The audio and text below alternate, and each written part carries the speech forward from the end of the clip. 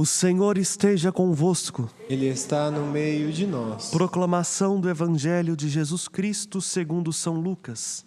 Glória a vós, Senhor.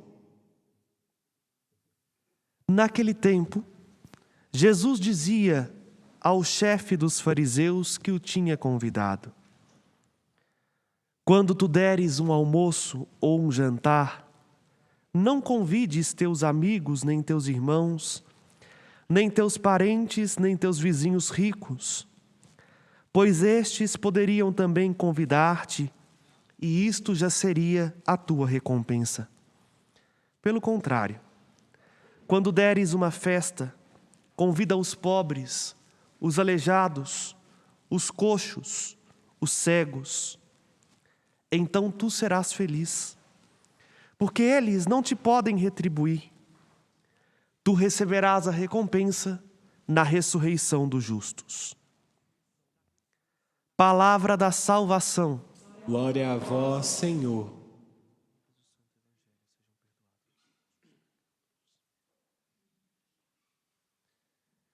Queridos irmãos e irmãs, mais uma vez alegro-me em recebê-los nesta casa de clemência e bondade e de chegar ao seu coração pelos veículos de comunicação, graças à generosidade daqueles que têm orgulho de pertencer à família dos devotos de Nossa Senhora da Piedade, nossa grande benfeitora.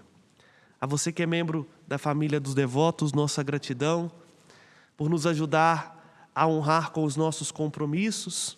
Chegamos, o padre não vai lembrar de cor, mas chegamos a quase 85% da nossa meta mensal para honrar com as nossas despesas no mês que acabou, e contamos com a generosidade de vocês para, até o final desse ano, nós terminarmos o ano sem dívidas. Hoje a liturgia nos apresenta mais uma vez esta festa a qual Jesus foi convidado e se contrapõe à festa a qual nós somos convidados. Dentro de instantes direi: felizes os convidados para a ceia do Senhor. E aí Jesus vem nos apresentar algo de muito interessante. Essa contraposição que Jesus faz, primeiro, de ser observado, como nós ouvimos no início do capítulo 14 do Evangelho de Lucas, mas agora de observar, e ao mesmo tempo, o modo como Jesus é e o modo como os fariseus se comportam, apresenta para nós esta linha que nós precisamos seguir. O cristão que está disposto a conformar a sua vida ao seu mestre, ele tem como modelo o amor. E o amor, se de fato é amor, ele não é interesseiro. Ele não faz pensando em recompensa. Ele não se doa pensando que vai ganhar algo em troca, ou que vai tirar alguma vantagem, ou que terá algum bem. E às vezes, muitas das nossas ações, no fundo, não são por amor, mas são por egoísmo. Para alimentar em nós um sentimento fajuto de que estamos agindo conforme o bem, enquanto na verdade estamos apegados a nós mesmos. Este era o sentimento que estava no coração dos fariseus. Os fariseus, quando davam uma festa, fazia questão de chamar aqueles a quem podiam ostentar um certo título de dignidade ou de nobreza. Chamavam os grandes, os poderosos, os amigos, pessoas abastadas com muito dinheiro, que a qualquer momento poderiam dar em troca, no mínimo, um outro convite semelhante. Jesus, olhando aquilo e vendo que, na verdade, a festa era ali mais uma oportunidade de ostentação do que, de fato, um rejubilar-se por um dom recebido, orienta aqueles que o seguem a fazer diferente. Se nós queremos nos alegrar, não pode ser com coisas efêmeras e passageiras. Se nós quisermos realmente sermos felizes, olha, o versículo 14 termina enfaticamente: então tu serás feliz. Nós precisamos entender o que é amar. O verdadeiro amor dar de si gratuitamente àqueles a quem nada tem a receber. O verdadeiro amor não mede esforços, não mede o que vai lucrar, pelo contrário, simplesmente se oferta, simplesmente se dá. E nós seremos verdadeiramente felizes se nós aprendermos a amar. E amar como Jesus amou. Porque quem são, meus irmãos e irmãs? Os aleijados, os coxos, os cegos, os pobres, que participam de um banquete. Somos nós. Pobres porque somos indigentes da graça de Deus. Aleijados porque muitas vezes o pecado nos fere e nos rouba algo que nos permite desenvolver-nos com facilidade na graça. Cegos porque não conseguimos enxergar com os olhos do coração. E a este Jesus convida generosamente, porque sabe o que nós podemos dar em troca do banquete do Senhor. Que mais nós podemos retribuir? Ainda que nós sejamos bons, não estamos fazendo nada mais do que nossa obrigação. Ainda que nós tenhamos virtudes, estas virtudes não são nossas. Somos diante de Deus eternos, me desculpe a franqueza, eternos miseráveis, ao qual, por mais que nos esforcemos, o nosso esforço diante dele não é nada. E ainda assim ele nos acolhe. E nos acolhe porque, como vai nos recordar o apóstolo Paulo na leitura primeira que escutamos, porque os dons de Deus são irrevogáveis. Deus não volta atrás naquilo que Ele delibera, naquilo que Ele decide. A vocação de Deus é irrevogável. Versículo 29 do capítulo 11 da carta aos São Paulo. Olha, da carta aos Romanos. Os dons e a vocação de Deus são irrevogáveis. Deus, quando me chama e quando te chama, Ele não se arrepende de nos ter chamado. Ele não fica assim, será que eu fiz a escolha certa de ter chamado o William para ser padre? Será que eu fiz a escolha certa de ter chamado o Leonardo para ir para o seminário? Será que eu fiz a escolha certa de ter chamado você para ser pai, para ser mãe? Os dons de Deus são irrevogáveis. Ele sabe a medida certa para que eu e você possamos realmente ser felizes. E aqui me recordo do Monsenhor Jonas Abib, que muitas vezes, enfaticamente nas pregações dele, ele dizia: é feliz quem realiza a sua vocação. É feliz quem conforma a sua vontade à vontade de Deus.